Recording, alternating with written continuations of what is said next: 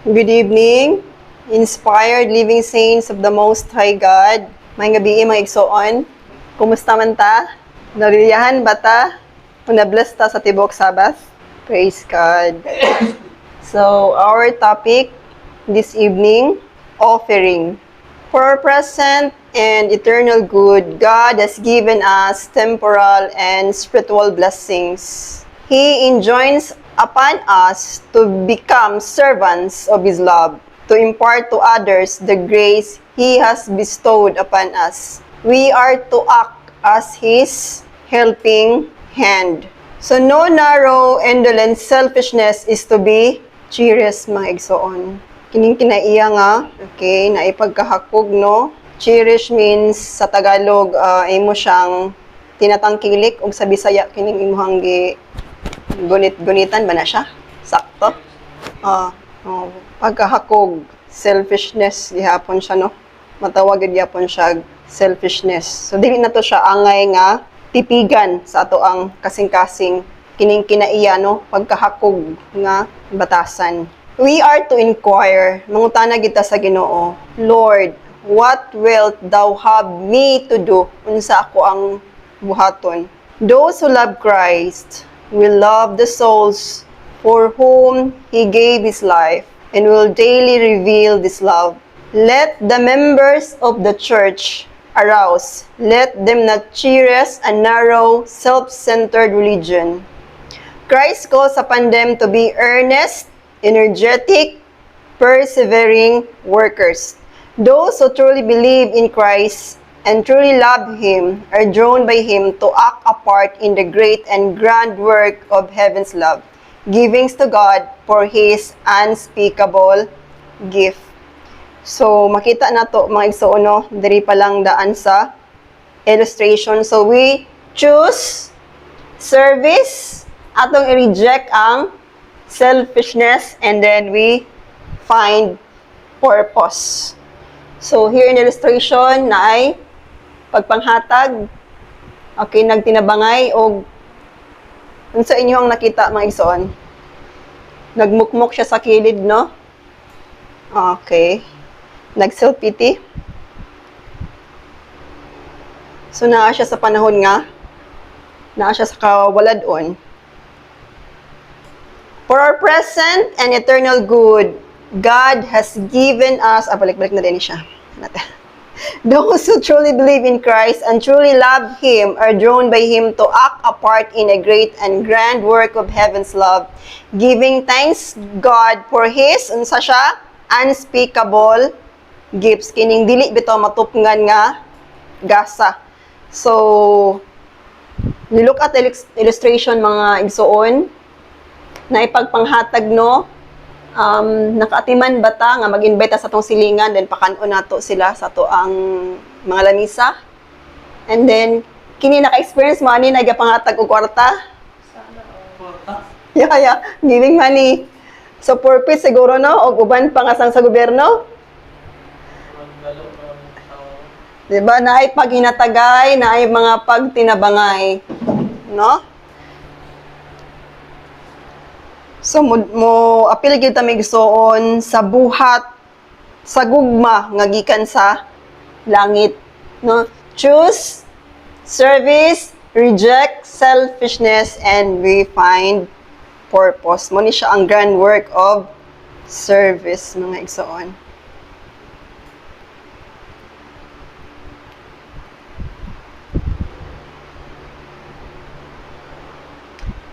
It is God who blesses man with property, mga katigayunan. No, bless kita sa Ginoo sa mga katigayunan. Napangutan na ba tayo mga katigayunan, mga igsoon? Praise God. And He does this that they may be able to give toward the advancement of His cause. So with God's help, with the grace of God, mahimutang piniyalan, no, sa gagmay mga butang, kay aron piyalan usab kita sa dagko nga mga butang. He sends the sunshine and the rain. Nagpadala ang Ginoo og adlaw ug ulan. Kainit. He causes vegetation to flourish. He gives health and the ability to acquire means. Did mga igsoon. Naghatag ang Ginoo nga kita na atay mga abilidad unsaon pag acquire pagkuha nato ang kining means kining panalangin nga igahatag diri kanato sa Ginoo sa trabaho, panapi, no? All our blessings come from His bountiful hand. In turn, He would have men and women show their gratitude by returning Him a portion in tithes and offerings. Now, the question, mga kapatid, maigsuon, kining tithes and offerings, nauli ba nato ni siya sa Ginoo, na practice sa dugang panahon, na practice ba nato ni siya nga we are faithful nga mag-uli sa ikanapulo, gipangayo ba portion nga dapat sa Ginoo. So muna siya pangutana sa ato ang kaugalingon, kay kung wala maigsuon mag-backtiting ta. Yes. Then aside sa tithes and offerings, gisgutan diri kining mga offerings, i-appeal na nato ning sa mga igsoon kining thank offerings, kining thank offerings, free will offerings. By the way, kining free will offerings sa SR, naisgutan nga some of the free will offering is second tithe siya. Ang kining free will offering. So some, kung yung tag-some, dili gid sa kanabitang, dili siya all the time gid maghatag gid tag second type, second type. So katong naikaya gyud nga ilahang paninapi gyud abundance, so maghatag gyud. Pero kung wala dyan mo, di na maghatag po og second type, di ba? Di maghatag. So aside sa free will offering, maghatag og unsa trespass offerings. So kini siyang tulo, naapay tithes, naapay offering. Di ba sa church, naapay hatag na to love offering, maghatag tag love offering. Investment, daghan, di ba? Naapay sa women, napay sa children, daghan kayo mga offering. Yes. Should means flow into the treasury in accordance with this divinely appointed plan, mga igsoon. So, divinely appointed plan ang kini unsa portion in tithes nga tong iuli and offerings, kining tang offerings, free will offerings, trespass offering. Okay, akong ibalik, no? Di pananghid sa inyo wala sa reset. Di pananghid na ako siya kayong Brother Dan about this kini siya kining tulo, and then okay si Brother Dan about aning thank offerings, free will offerings, and then trespass offering. And then ana pag si Brother Dan, we are so blessed nga wala ta sa time bitaw sa ancient Israel nga maghalad pa sila lamb, wala tadto peso. Ana si Brother Dan, peso na atong hatag. So, we are so blessed, no? May so on. Bring in your trespasses offerings, your tongue offerings, and your free will offerings. Humble your hearts before the Lord, and He will be found ever ready to receive and pardon. Mga igsoon. So, sa hatag nato aning tang offering, so ato siyang iluhod, no? Dayon, of course, kung unsang ato ang gusto nga i-offer ani, tang offering ba, free will, or trespass offerings. Naka-try na ko aning kining thanks offering bitaw, maigsoon. Praise God, no, na-bless ko. And then also kining trespass offerings. So, katong trespass offerings, gikuan to siya sa needy. I-convert pa na ako siya sa needy sa nanginahanglan. So, humble na ang pagpaubos sa paghatag, no, dili ingon nga, may-exalt ang kaugalingon. So, bisan pag piso lang siguro atong pag-uli ba? Malipay ang Ginoo kung kinasing-kasing, naagi atong pag-uli. So, wala tay ka ng, kanibitong pinakadako, nagid tay ka ng compulsory na dapat ha, ang pinakadako, wala siguro, wala tayong ana. Dapat, depende, no?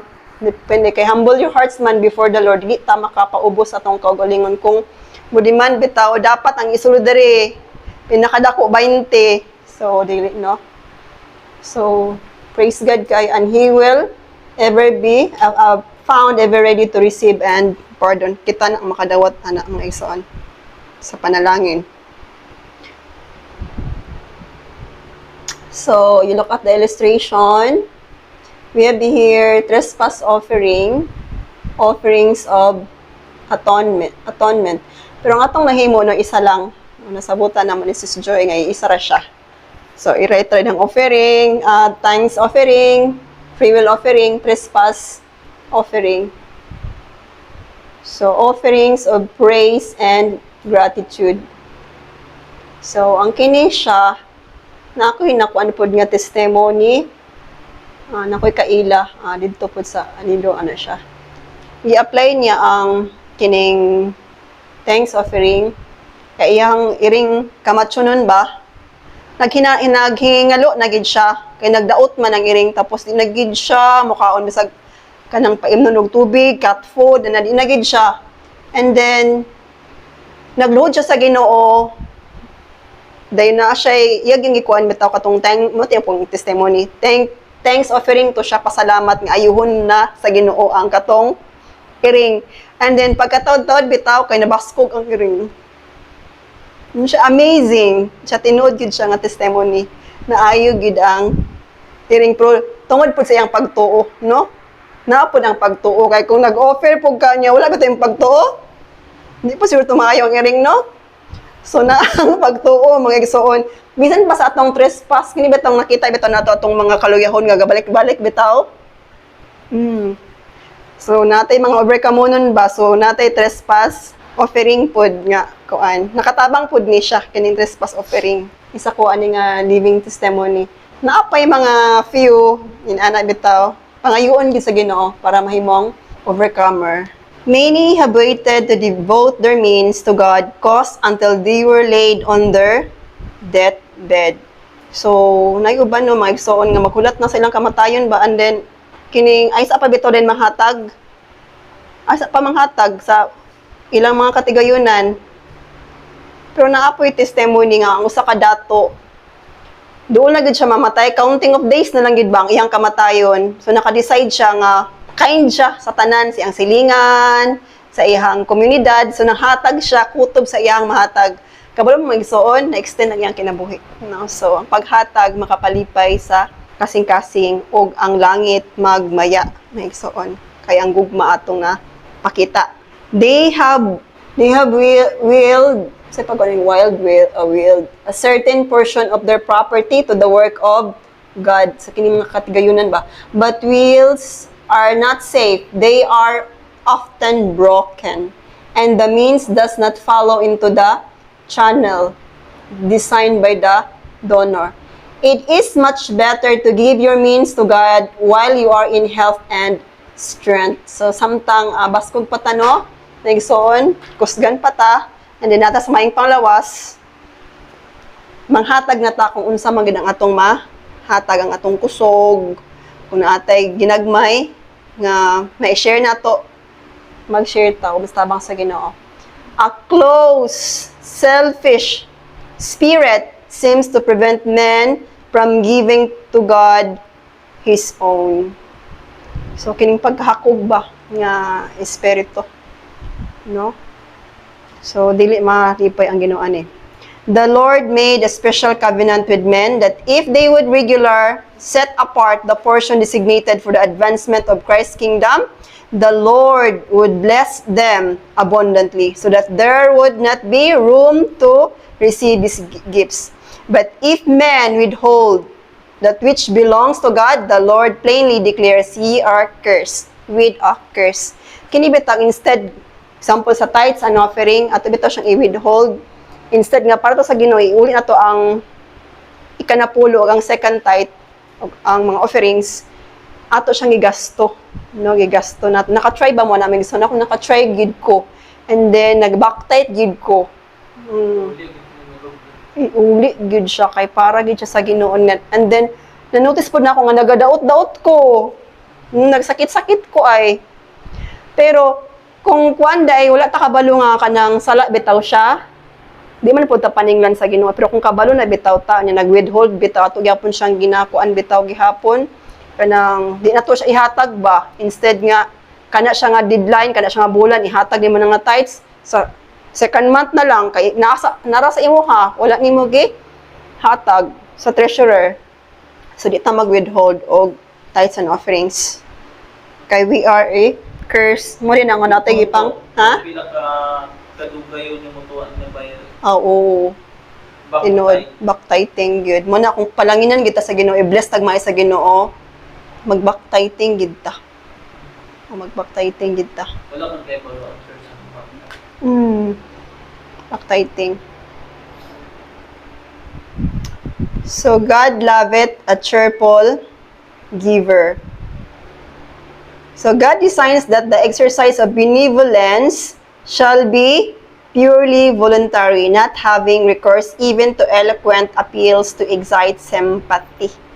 So, kining paghatag bitaw, pag-share nimo sa uban, no? Pa-extend sa imong tabang, benevolence, kini atong tithes and offerings, no? Benevolence ni siya. So, voluntary, no? Mga igsoon. Voluntary ni siya ng atong pagkuan. So, not having a recourse, unsay recourse? Nako nida. Even to eloquent appeals to excite sympathy. Mo kung anong kanang simpatya, no? So, again, God loveth a cheerful giver. So, the very best manner in which to give expression to our love for our Redeemer is to make offerings to bring souls to the knowledge of the truth. So, kay educate man ta mga igsoon about aning trespass offering, thanks offering, o kining free will offering, naapagani ko nabasa nga kuan about po sa peace offering, apoy sin offering. So, inana, no? So, maka-bring souls ta mga igsoon, no? Madala nato, makadala tag kalag diha sa knowledge of truth, sa present truth, sa kamatuoran. So, through sa atong pag-help nila, of course, ma-wonder magid na sila. Kinsa man sila nga mga tawhana. So, na sila interest sa giver, and then of course, gusto po sila mag-learn sa kamatuoran nga atong gunitan. Agree ba ta may igsoon? So the plan of redemption was entirely voluntary on the part of our Redeemer, and it is the purpose of Christ that all our benevolence should be free will offering. So, kining atong paghatag bitaw, dili siya ingon nga kanang hinakog, o dili bitaw ining naipagbagulbol. Entirely voluntary gyud. Complete gyud ba siya? Full gyud bitaw nga kanang volunteer gyud siya paghatag sa ato ang Ginoo. Bisan pa siguro ka ng sentimo na no, just tabos bagid na imong ihatag adto, dawaton gyud siya sa Ginoo sa kinasing-kasing. So, praise the Lord Jesus Christ, mga igsoon.